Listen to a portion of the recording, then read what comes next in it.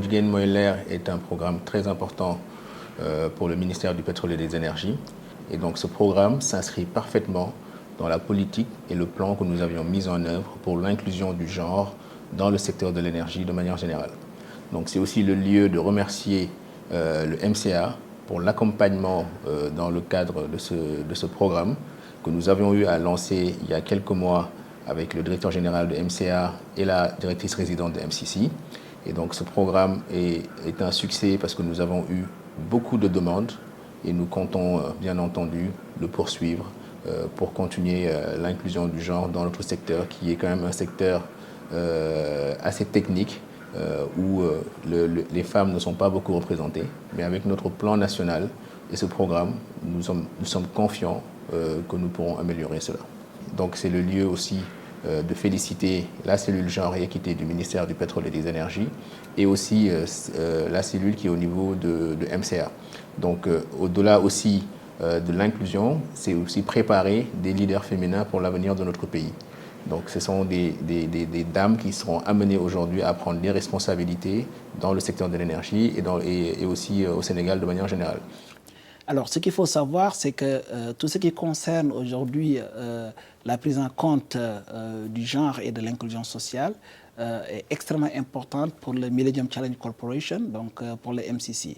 Notre contribution aujourd'hui en tant que MCA Sénégal 2 par rapport au développement de ce projet s'est retrouvée à travers le programme Jigéen Mooy Leer. Nous venons de boucler la première cohorte du programme de stage Jigéen Mooy Leer et on a eu des résultats quand même assez intéressants.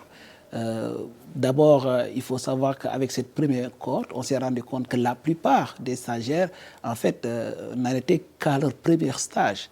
Et donc, elles n'avaient pas encore eu l'opportunité d'entrer dans ce monde professionnel de l'énergie. Et donc, lorsqu'on regarde aujourd'hui les résultats, du point de vue développement personnel et développement professionnel, on s'est rendu compte que les stagiaires ont beaucoup appris dans le monde professionnel, dans différentes positions, dans différentes capacités, que ce soit du point de vue technique, que ce soit du point de vue leadership. Le deuxième élément en termes de leçons apprises par rapport à cette cohorte touche directement au plan de carrière.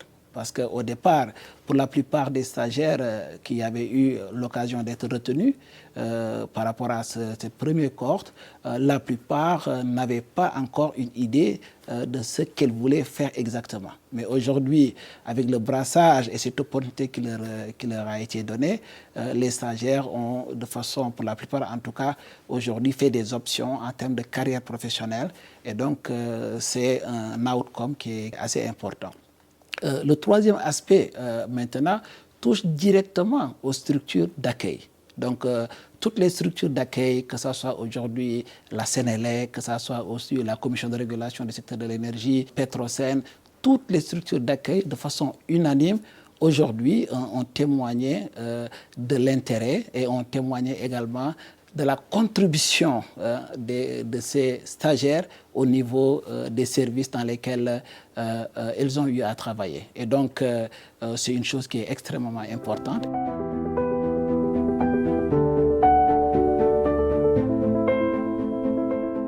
C'est nous assurer de la pérennité aujourd'hui de ce programme. Parce que c'est un programme que nous avons développé ensemble avec le ministère du Pétrole et des Énergies dans le cadre du plan d'action national genre et énergie.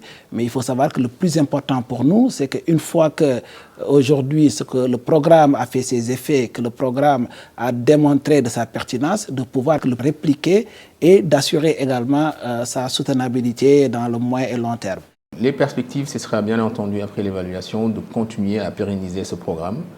Nous avons déjà commencé dans les structures attachées, mais il faudrait continuer ce développement, ce déploiement à un plus haut niveau. Et donc, à ce titre, comme l'a fait le MCA avec ce programme, nous lançons un appel aux autres partenaires techniques et financiers de s'inspirer de ce modèle dans les autres projets et programmes qui seront implémentés au Sénégal, notamment dans le secteur de l'énergie, d'avoir ce type de programmes qui ont vraiment une valeur ajoutée dans l'inclusion des femmes dans le secteur de l'énergie de manière générale.